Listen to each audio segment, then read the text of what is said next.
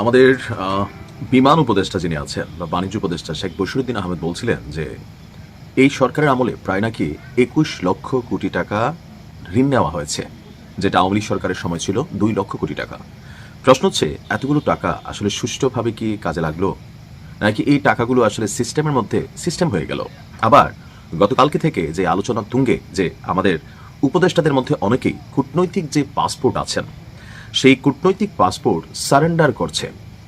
এখন জনমানুষের মধ্যে প্রশ্ন যে সরকার পরিবর্তনের পর যে সময়টা হাতে থাকবে ওই সময়ের মধ্যে আমাদের এই উপদেষ্টারা কি দেশ ছেড়ে পালিয়ে যাবেন? নানান প্রশ্নের সম্মুখীন হয়েছে যে তলে তলে আসলে কি ঘটতে যাচ্ছে। আর এ বিষয়ে গতকালকে বাংলাদেশের মূলধারার গণমাধ্যমগুলো থেকে যে রিপোর্ট আছে, আমরা যদি তথ্যপাত্য সহ বলি, পররাষ্ট্র উপদেষ্টা তৌহিদ হোসেন বলছেন যে ভবিষ্যতে বিদেশ সফরের প্রয়োজন বিবেচনায় সময় মতো ভিসা পেতে উপদেষ্টাদের অনেকেই আগে ভাগেই কূটনৈতিক পাসপোর্ট সারেন্ডার করেছে।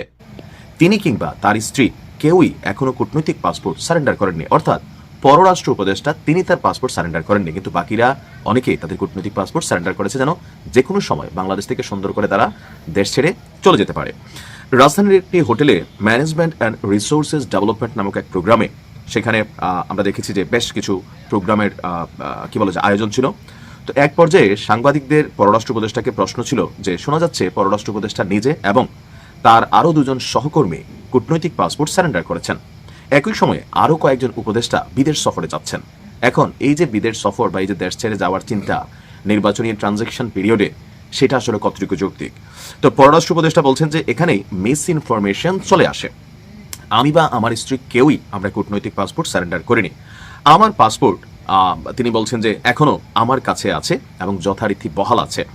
দায়িত্বকালীন সময়ে একজন পররাষ্ট্র উপদেষ্টার কূটনৈতিক পাসপোর্ট সারেন্ডার করা খুবই অস্বাভাবিক ঘটনা হতো, আমি সেটা করিনি। তবে উপদেষ্টাদের মধ্যে অনেকে, এখনই অনেক বলতে কয়জন, 2 জন 4 জন 5 জন, কারা সেই উপদেষ্টা যারা কূটনৈতিক পাসপোর্ট সারেন্ডার করেছেন? এটা ঠিক।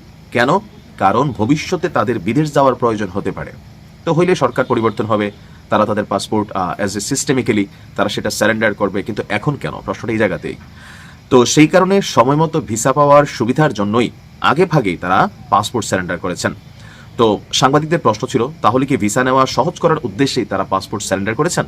উত্তরে তৌহিদ হোসেন বলেন, বিষয়টি ভিসা সহজ করার জন্য নয়, বরং সময় গেইন করার জন্য, অর্থাৎ সময় বাঁচানোর জন্য। থাকে না যে তাড়াহুড়া কইরা তড়িঘড়ি কইরা পরিস্থিতি খারাপ হলে যেভাবে বাংলাদেশের বিভিন্ন রাজনৈতিক দলগুলো বা অনলাইন কিংরা হুঁশিয়ারি দিচ্ছেন যে সরকার থেকে খালি পৈরানে পুলিশ পাহারা সরে যাক, সেনাবাহিনী পাহারা সরে যাক। উপদেষ্টা আসিফ নজরুল ইসলাম থেকে অনেকের বিরুদ্ধেই কিন্তু এমন ধরনের আলটিমেটাম অলরেডি দেওয়া আছে।